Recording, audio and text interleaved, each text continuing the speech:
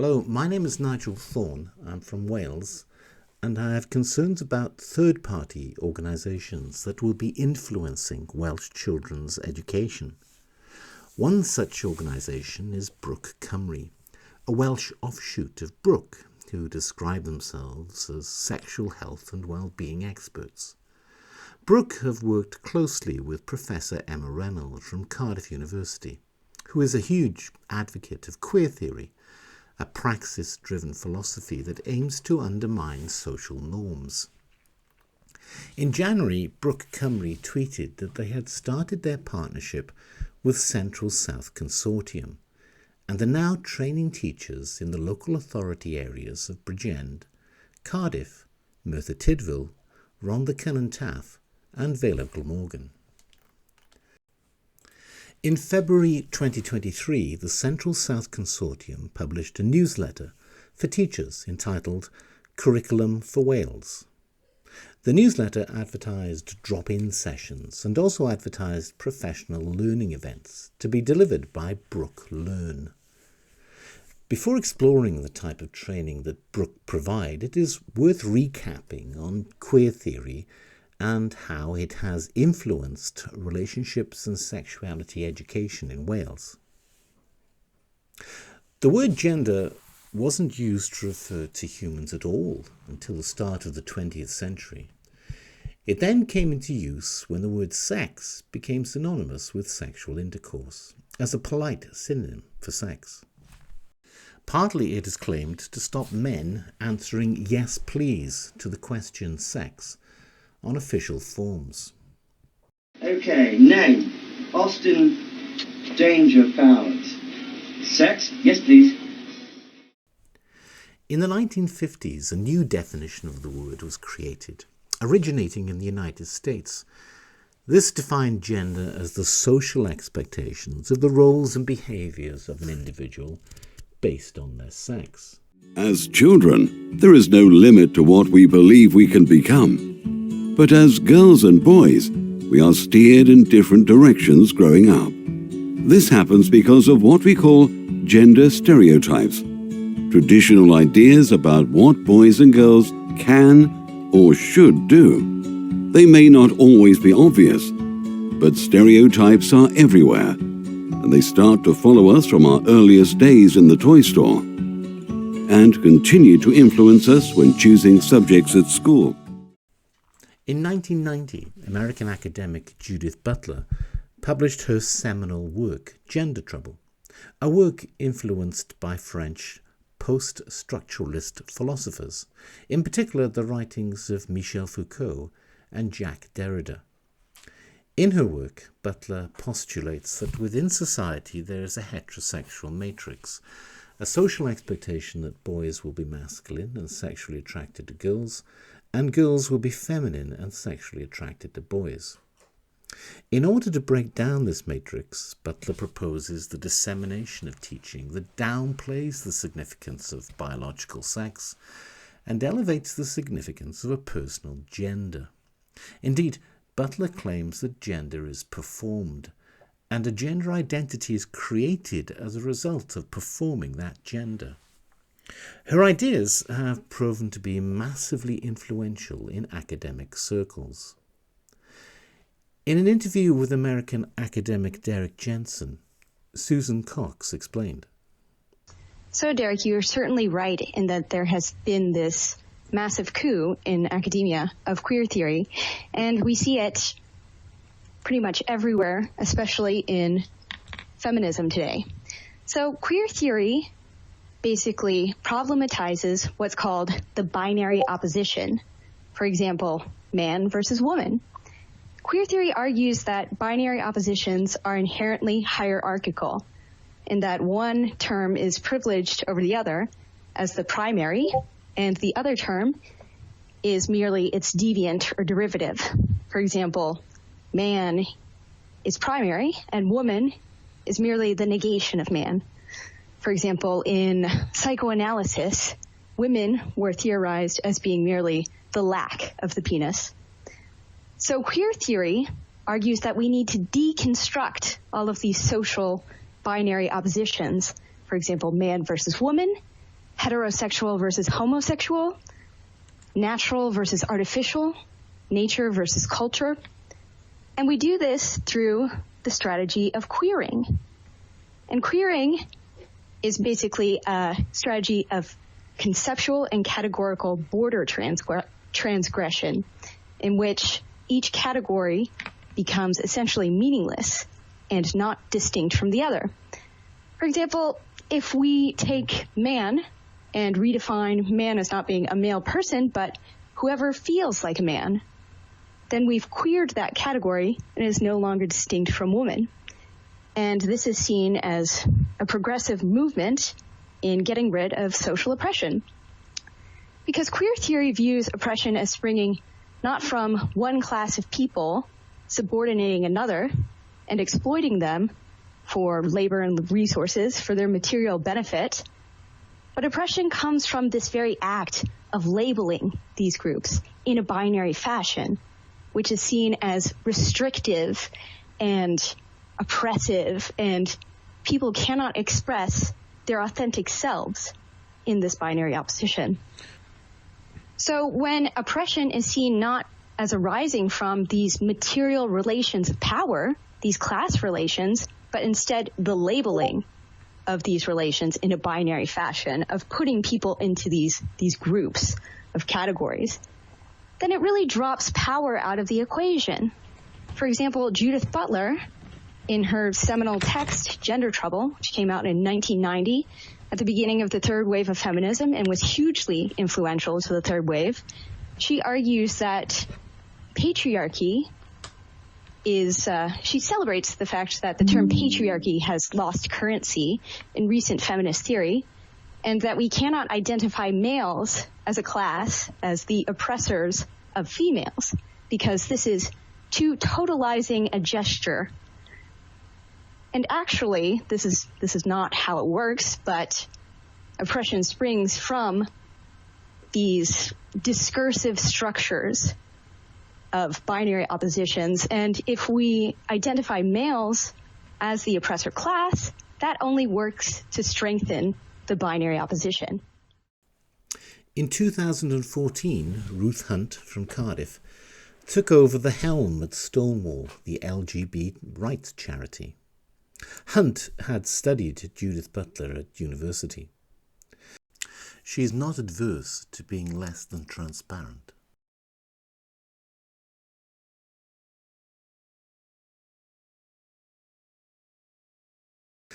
After receiving a grant of $100,000 from the Arcus Foundation, in 2015, Hunt proceeded to queer the male-female and hetero-homo binaries by promoting the following mantra to all organizations that employed its services.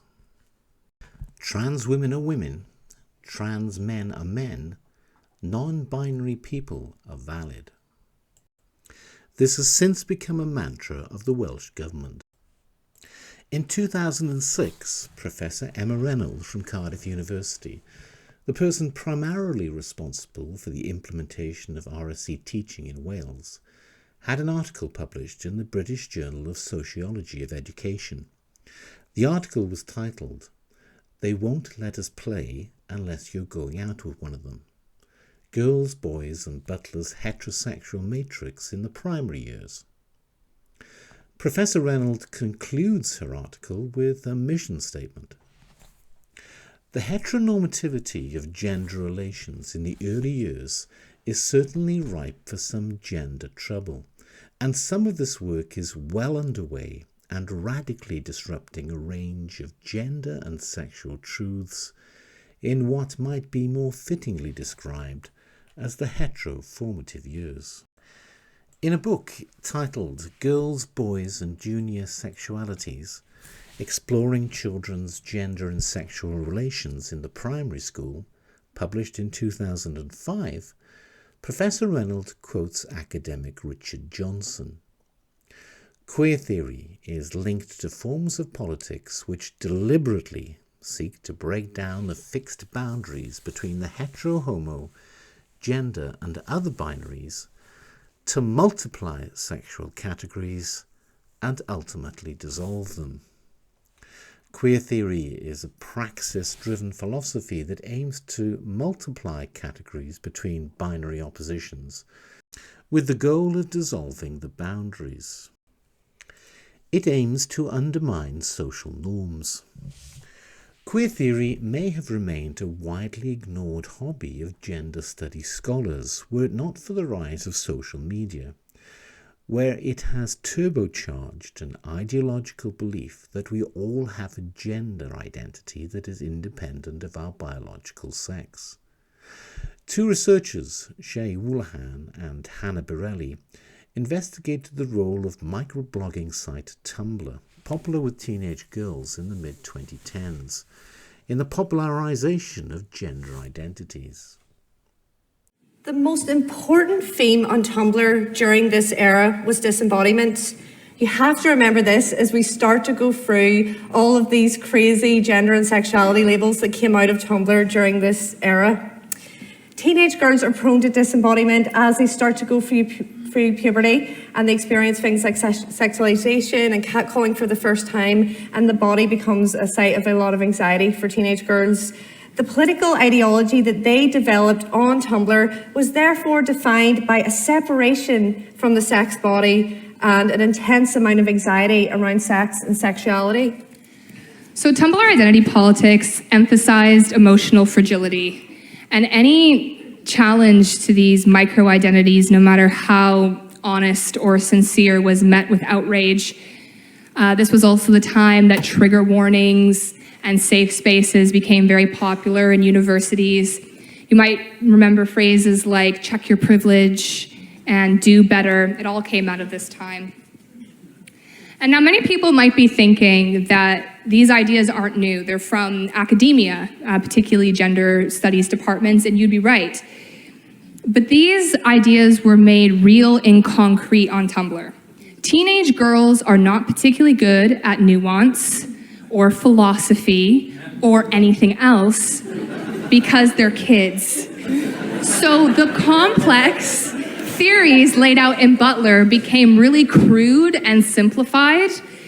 Performing a gender meant literally being that gender in every sense, regardless of biological sex, sexuality, perception, appearance, anything else. Butler's theories may have remained popular in postmodernist departments of universities, but the reason why gender identity ideology is so popular today and embedded in the third sector is because teenagers took their ideas and ran with them. Young queer theory activists have certainly had a massive influence on the Welsh Government. In the glossary of their LGBTQ+ action plan, published in February 2023, the word gender was given only one definition, that derived from queer theory. In her 2005 book, Renold writes, "Queering childhood involves not just the queering of sex, gender, and sexual binary oppositions, such as male, masculinity, female, femininity, and heterosexual, homosexual, but also the generational binaries, adult-child, and sexual-asexual. In the RSE guidance on the Welsh Government website on designing your curriculum, the word sex is defined as attributed to a person on the basis of primary sex characteristics, genitalia, and reproductive functions, rather than being the distinction between male and female. The word gender is defined as often used to refer to whether someone identifies as female, male, or non-binary. A person cannot identify into a sex category. Sex is immutable. So it is a mandatory part of the RSE curriculum that schools seeks to undermine social norms using queer theory. Professor Renold has produced resources for schools to use to help with this task. These resources are interactive PDF documents that can be downloaded. Primary agenda is to be used for children between the ages of 7 and 11, and agenda for children between 11 and 18. These resources encourage children to explore their gender with the objective of multiplying categories between binary oppositions, with the goal of dissolving those binary oppositions. The resource encourages children to question their gender and to get beyond the binary. Many people believe there is a link between the promotion of queer theory teaching and the huge increase of the number of young people, particularly girls, who are seeking to medically change their bodies. One member of the Senate who was brave enough to speak up about her concerns was Helen Mary Jones, who at a Women's Place UK meeting described how, despite her support for young people who identified as trans, she had reservations. But that doesn't mean to say that over time I haven't experienced disquiet. I became concerned in my previous role about the numbers of young, non-gender conforming women, the girls that we would have called when I was young tomboys, who were feeling so uncomfortable with themselves that they felt that the only way to achieve that comfort, they couldn't be happy to be gender non-conforming girls, the only way that they could achieve that comfort with themselves was to transition to the opposite sex.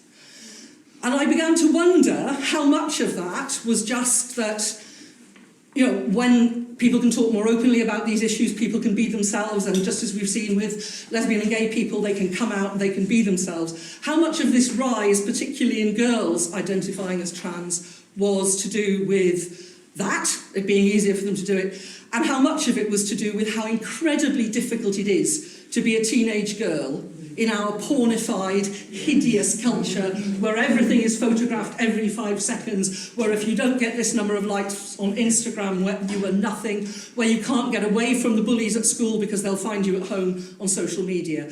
I started to ask myself some questions. Wasn't my place to ask then those questions of those young people. But I think that those are some questions that we need to think about. We need to live in a world, I think, where we don't expect little girls to be this and little boys to be that.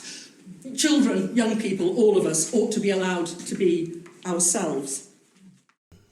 For taking this stance, Jones was monstered by gender revolutionaries, including former Mayor of Bangor, Owen Hurcomb. Other Senate members have learned to keep quiet. Indeed, Plaid leader Adam Price ordered that all Plaid Cymru candidates for the last Senedd election undertake training from Gendered Intelligence. The CEO of Gendered Intelligence is Jay Stewart. Stewart is a lesbian but transitioned to a trans man in her mid-20s. In the book Trans Britain, Our Journey from the Shadows, he declares, "Queer theory was the roadmap to my own self-understanding." Stewart explains the factors that caused him to seek transition. I am a trans man, which means I was assigned female at birth, raised as a girl, and then later on in my mid-20s, I came to a kind of a realisation that I felt more masculine and that actually the word man was more applicable to me. Both Brook and Gendered Intelligence intervened in support of the Tavistock and the legal challenge to the Keira Bell case against the Tavistock and Portman NHS Trust. The type of training undertaken by Brook Learn can be viewed by creating an account on the Brook Learn website and logging in. Under Introduction to RSE, it states, identifying how to explore topics such as STIs, pleasure, and relationships and consent, whilst also outlining how you can engage young people in developing your curriculum. The associated useful resources include links to a UNESCO document, The Journey Towards a Comprehensive Sexuality Education, Brook Sex, Brook Porn, Brook Gender, full of the ideological language associated with gender identity ideology, Brook Difference between sex and gender. In line with Professor Renold's desire to queer sex and gender binaries, Brook suggests that both sex and gender exist on a spectrum. In 2014, Stonewall received a grant of $100,000 from the Arcus Foundation to integrate trans-specific work in all key campaigning and programming. In an interview with non-profit organisation Synergos, John Stryker, head of the Arcus Foundation and heir to the Stryker Corporation, a multi-billion-dollar medical corporation, explained a precondition of being awarded a grant. We also required that all grantees have a board-approved non-discrimination policy that includes sexual orientation and gender identity. This is not UK law, but the condition mandated by Arcus Foundation is the same condition being pushed to all organisations that have employed the services of Stonewall. Stonewall state, going above and beyond the law, the most inclusive services consider gender identity to be a protected characteristic. An organisation's position on the Stonewall Workplace Equality Index or Diversity Champion Scheme is entirely dependent on how well it implements Stonewall guidance. In line with John Stryker's instruction, it is now Welsh Government HR policy that there should be no discrimination on the basis of gender identity. So despite there being no scientific proof that it is true, pushing the belief that gender identity is innate and sex is on a spectrum is very useful for the queer theorist goal of queering the sex and gender binary. It is also useful for the techno-medical complex. As investigative journalist Jennifer Bilek writes, sex as a spectrum, or human sex deconstructed into parts, works very well for the techno-medical complex and the Stryker Corporation, which sells medical supplies and surgical devices. As a species, we are much more profitable in parts than whole. Bilek continues, Arcus Foundation, with its base in America and a subsidiary in the UK, is used as a philanthropic facade for the profits of Stryker Medical and the techno-medical complex in general, of which, as already mentioned, the founder of the Arcus Foundation is the heir. John Stryker used the Arcus Foundation, the largest LGBT non-governmental organisation in the world, to send $500 million of Stryker Corporation money worldwide to support gender identity. The Welsh Government are pushing a dangerous ideology. Gender ideology teaching in schools has been criticised by Welsh mothers, supported by a grassroots organisation, Public Child Protection Wales, many religious groups and the Pope. Those parents who would prefer that their child were not taught that sex and gender are spectrums may wish to consider supporting Public Child Protection Wales. Links are included below.